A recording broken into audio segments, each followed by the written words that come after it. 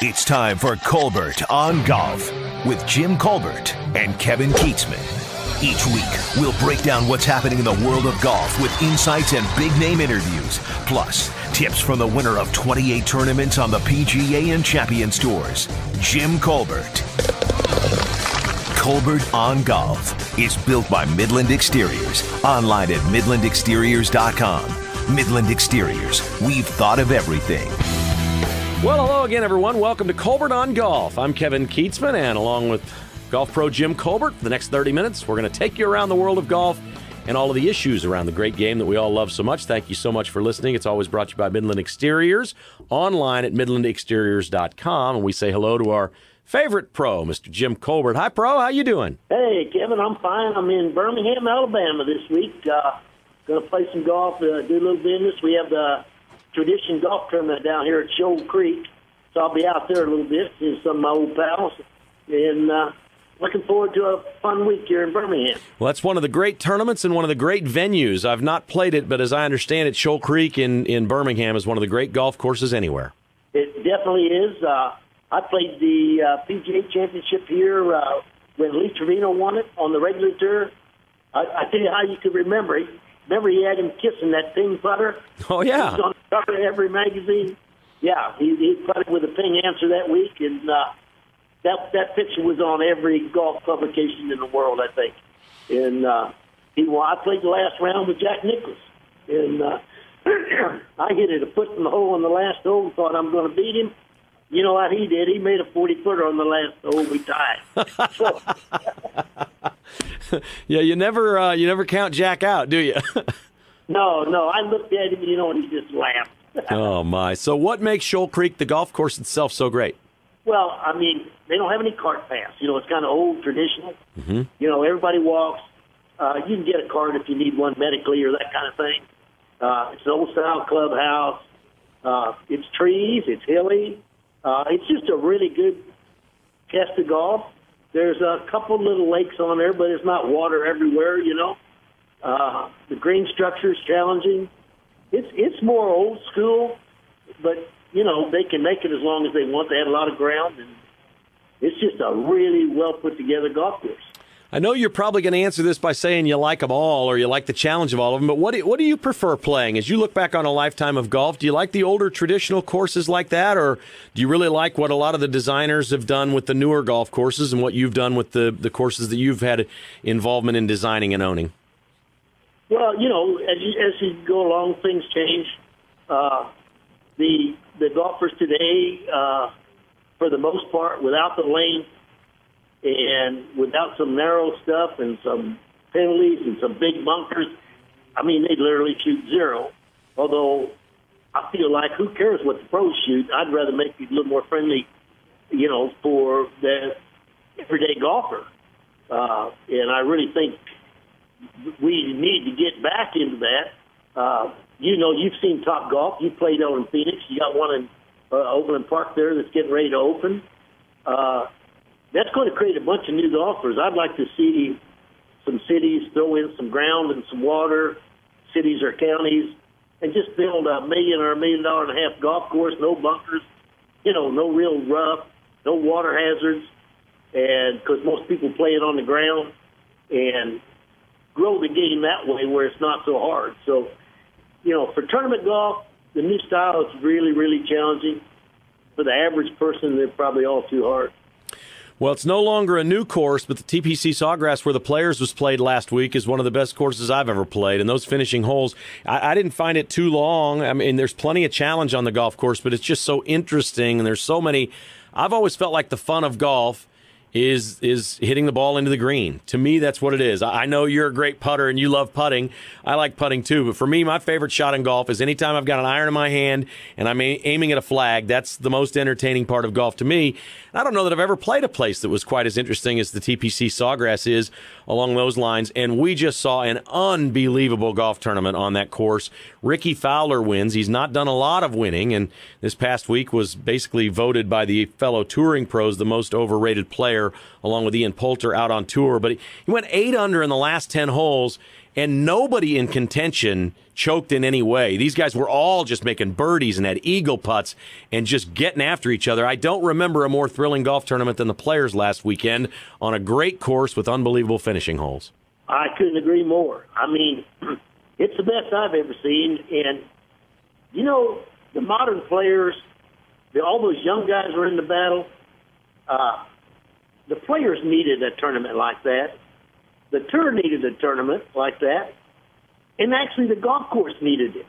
Because, like they said, the golf course is a terrific golf course.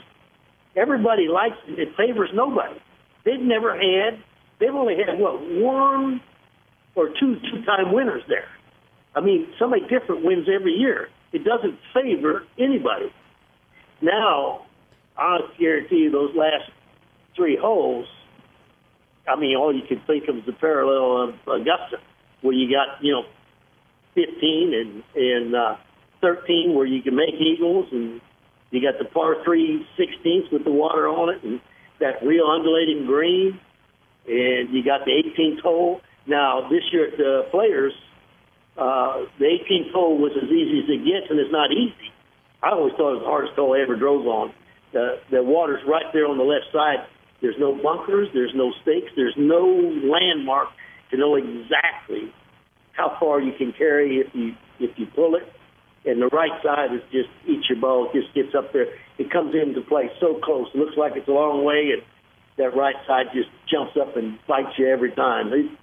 But they had a trickling wind right to left, which really, really helped the drive.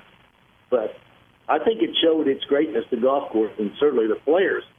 They showed their greatness.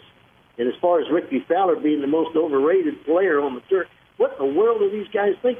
They finished in the top 5 in all 4 majors last year. I think he finished second 3 times. I mean, excuse me? What are they thinking? Well, he got the win, and he has not won a lot, and I think this could open the floodgates a little bit for him. Once you get some confidence, you get some wins. I know that I've heard you say many times it just gets easier to win once you've done it, and he played great, and the other guys played great. I thought the tour the last year and a half, maybe 2 years, we've seen too many tournaments where a couple of guys were right there at the end, and one of them just falls apart, and the other guy just wins because he's the last guy standing. That isn't what this was. I mean, this was greatness all the way around. These guys were all playing phenomenal golf. Kevin, you can't say it any better than that. I mean, they didn't even hit any marginal shots. I mean, the only marginal shot they hit, all 3 of them in 16 in the playoff, the par 5, hit it in the right rough and had to lay up. But, Fowler hadn't hit a ball, hadn't played in over an hour, and the rest of them are just trying to switch gears and realize they still got things to do. After those drives, everybody hit the best shots every time they swung at it. It was unbelievable. One of the most interesting things about the tournament was watching Ricky Fowler in regulation on 18. His partner, Fathauer, the guy he was playing with, was able to have basically the same putt that Ricky had, but a little bit longer. So he saw the read completely and knew that it was going to break more than most people had read it all day. About an hour later, Sergio Garcia hits it in the exact same spot, has basically a birdie putt to win the golf tournament, and he misses it to the right, which everybody had done because he didn't have a partner on the green that showed him the line. How much of a break was that for Fowler? And if somebody just could have, in the gallery, said, hey, Sergio, everybody's missing to the right. I mean, any little thing. It's amazing sometimes the nuances of what it takes to win a close golf tournament. That was huge for Ricky Fowler. It took a lot of the guesswork out. It's not to say he wouldn't have read it correctly. Nobody else did. He got a big break on that. And I tell you, they all got a break on Kistner, because Kistner could have won the tournament there on 18 in regulation. And, I mean, he hit that putt, and the minute he hit it, I said, that's him. And, I mean, he couldn't believe it. The ball had already hooked inside the right edge. It kind of wobbled and caught the right edge and didn't go in. He probably still hadn't slept yet at night. Right. He hit the perfect putt. He really looked really good to me, and I remember him in the playoff against Furyk. He birdied 18 times, birdied 18 in the playoff, and then Furyk birdied the next hole, the 17th hole to win in the playoff. He's no kid. He's 31, but, boy, he looks like the real deal, too.